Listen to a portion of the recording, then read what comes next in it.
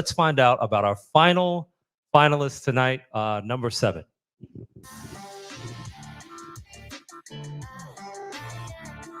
My name is Buana Clements. I serve as the director of Morningstar African Wellness Center under the Flanner House umbrella. And our mission is to provide holistic, trauma-informed, culturally relevant services to the people we serve.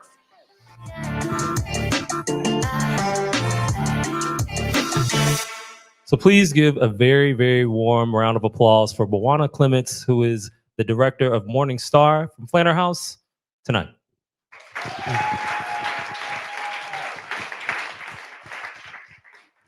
Good evening. My name is Buana Clements.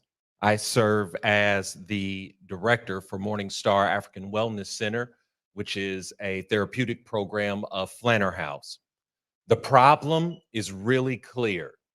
Access to mental health services that are trustworthy, trauma-informed, and culturally competent in the city of Indianapolis are hard to come by. And what we see day in and day out on our news channels are a result of the mental health state of African-American males in our community. What we are proposing to do, Morningstar is going to collaborate with the Men in Mental Health movement to not only continue the services that we're providing, but to provide the follow-up services after men participate. With only 4% of available psychologists being African Americans and only 22% of social works being African Americans, chances are when brothers like me build the courage and find the motivation to address the mental health needs they so badly need to address, they're going to walk into an office, a therapeutic center, or a hospital and interface with someone they don't really know they can trust or relate to. So what we have done is done a really easy innovation and created a network of mental health spaces that are free, that are mobile, meaning various places in the city, that are culturally competent and that address the needs of African American males in group settings all over the city, focusing on scalable solutions each and every time we get together.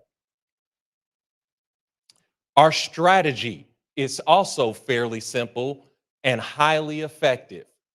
We get African Americans, or we have African American therapists at the PhD level and the master's level. We have concerned clergy who are willing to open their buildings and promote our services throughout the community. And we have Morningstar that is signing up and is walking with people after they participate, in our group therapeutic sessions. All of that together is addressing the problems that are plaguing our community, and it spells out and we can see it play out day in and day out on our news. We believe in collaboration. Morningstar can't do it by ourselves. It takes a village. There's an African proverb that says, if you want to go fast, go alone. But if you want to go far, go together. And what we strive to do is collaborate with like-minded individuals and professionals, both professional in the mental health space and clergy, to make sure that African Americans in our community, especially our men, have a safe place to come and unpack their bags. It's really hard to be competitive. It's really hard to be a good family man. It's really hard to stay employed. It's really hard to be a good father when you're carrying weight that you weren't created to carry. And so what we hope to do with this fund is set our bags down, is to free ourselves and our community of the challenges that we're carrying around that we don't have to. Our impact has been really clear.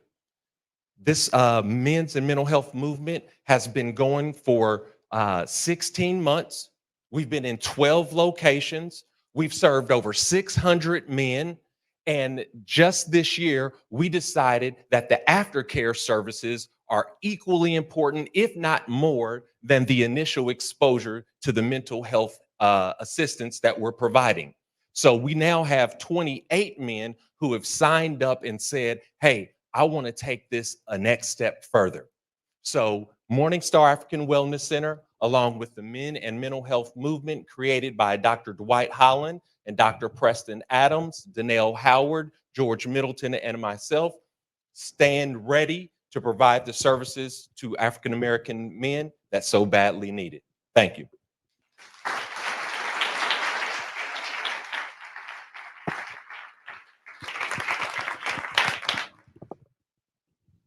How are you collecting data to measure long-term impact? Awesome question. Thank you. Every week on the screen in the churches that we host in, we have a QR code that collects our demographic data as well as the contact information. At the end of each session, we provide the contact email and number that men interested in taking it a step further can contact. And then Dr. Dwight Holland processes that through family and community partners, and that's how referrals are made for the follow-up services. So 28 men out of the 675 participants you've had are in aftercare. Can you talk a little bit about why that number seems smaller? How do you get more involved in the aftercare services? Is there capacity to serve more? Absolutely. Great question. So this year, our focus has been aftercare. So this is now we're in our second year. Our first year was about providing the services. Each month, when we convene at a local church, we feed the men, and then we go into the therapeutic circle. And men have followed us month after month like an AA sort of setting, right? Where they follow the group around the city.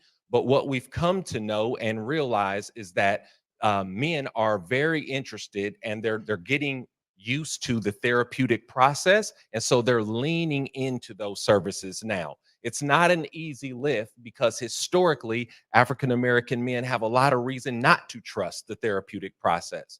And so now that they're getting used to what it looks like to give and take, to be vulnerable in spaces that are created and curated for you, now we're seeing men approach us afterwards and say, hey, I really need to talk to someone.